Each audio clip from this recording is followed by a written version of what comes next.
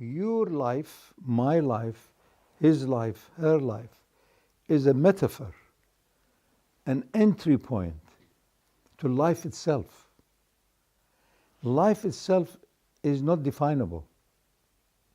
It's part of that mystery that some people call mysticism or Sufism or any other name. All what it means is that what we are questing to experience life in its infinitude, all what that means is that I am experiencing my limitations, my biography, the day and night, and all of the changes that take place in our day-to-day, minute-to-minute environment. And yet, I want to have the certainty that doesn't change. So all of us are seekers of contentment. But how long will it last? You are in pain. Your first and most important priority is to reduce that agitation. Why do you want to have less pain? Why do you want to have less anguish? Why do you want to have less concern, fear, worry, or anxiety? Who brings about fear and worry and anxiety upon you? Who's doing it to you? Why do you allow it? So that you're all the time running in response to it. What are the driving forces in life? These are important issues that have preoccupied human beings from before time. What we know is very recent, in basically the dawn of history, maybe 10, 15,000 years ago. We know early humans have always had a quest. And amongst the earliest landmarks were places where worship used to take place, or some form of pilgrimage. So there were big stones or special areas near big mountain or a cave or a river or whatever. We know that from the earliest time that we can recall, before even settlements took place in villages and agriculture, that there was a drive towards a higher level of consciousness. It was not just dwelling, a bit of shelter and a bit of food and comfort and ease of survival. There was something else beside survival.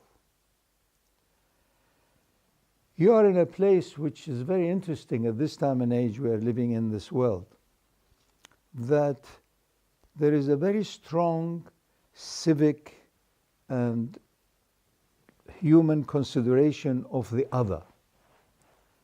There's a very deeply entrenched culture of law and order in Scandinavia.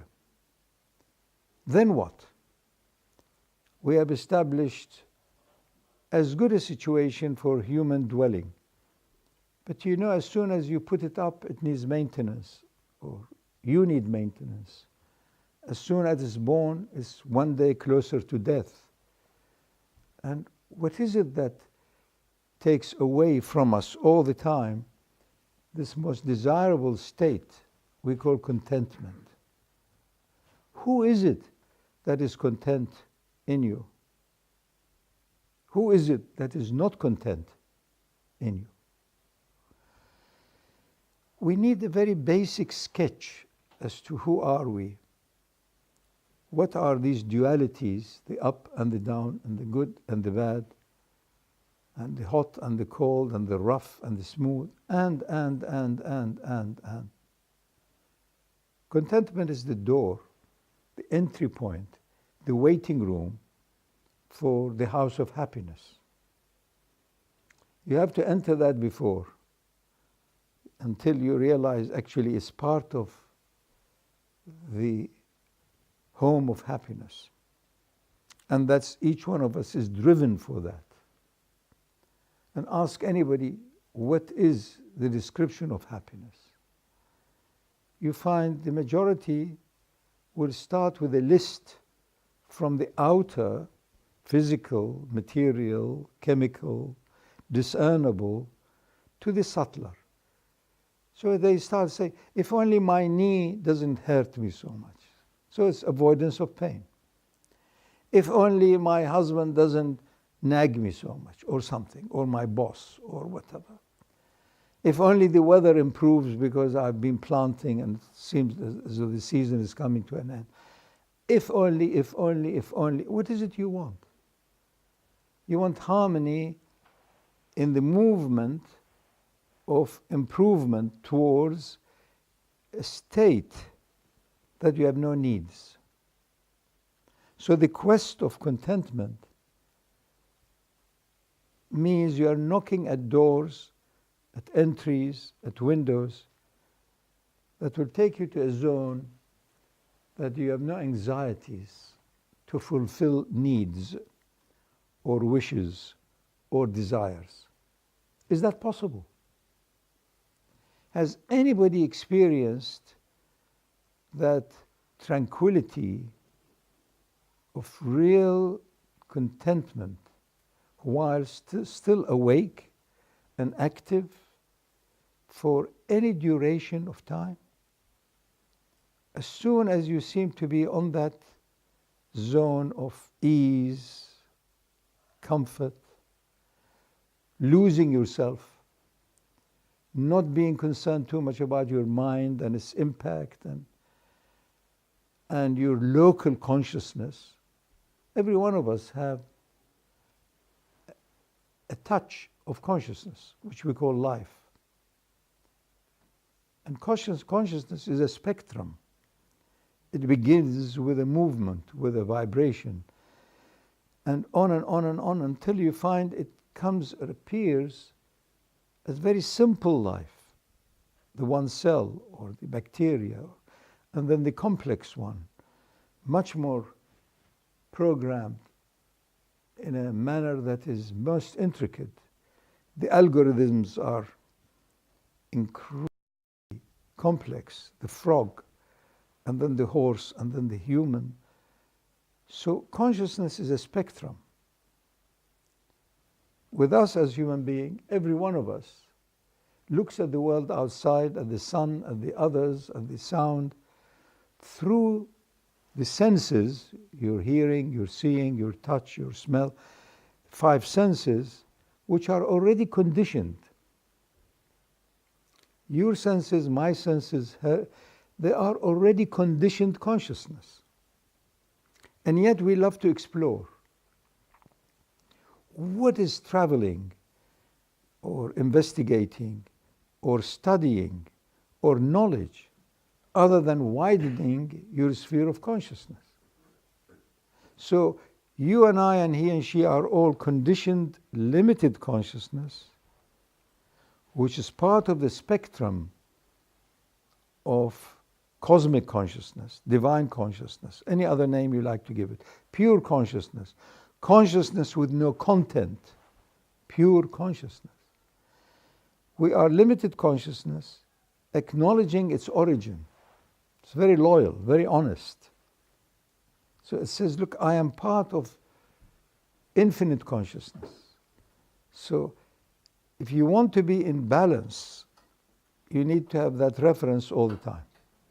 Your conditioned consciousness, which is full of values and attributes and vices and virtues, not good, not the right way. What do all these values mean? Why do everybody have changing values in their life? This was very important yesterday, but not now. What happened? I thought you tried to be consistent. But you said, no, yesterday and now are different, so you've confused me now. How do these comparisons and these values come and go and occur? That's why no 2 moments are the same. No 2 people are ever the same. If you really want to know the miracle of miracles, that no 2 people are killing themselves all the time, or at least not, you yourself not being at war within yourself all the time. At war with who? There are two sides of you. One is that of identity and the so-called you, with some skills, some knowledge, some background, some color, some cultures, whatever. And the other you, which is connected with life itself. If that lifeline was not in you, the conditioned you, the limited you, the so-called you, the self, so to speak, or the lower self, or the human self, will not be functional. But is that all? Are you content with just being a human? Eating, sleeping? Young people call that boring. They say, it's not interesting. I want to get out. My family is very limiting. My culture, my religion is too stifling. I can't do it. I'm going to reinvent myself. Someday, somewhere, somehow, I will be discovered. You know? Most young people think they've not been discovered as yet. And they're very, very special. And yet everybody knows that they're also very ordinary. Think of the dead body. It's very ordinary. You actually want to bury it, cover it, and have some memorial something and forget it. So how do you reconcile this? You need to have a very basic sketch as to who are you, where are you, what are you, where is it, who is it.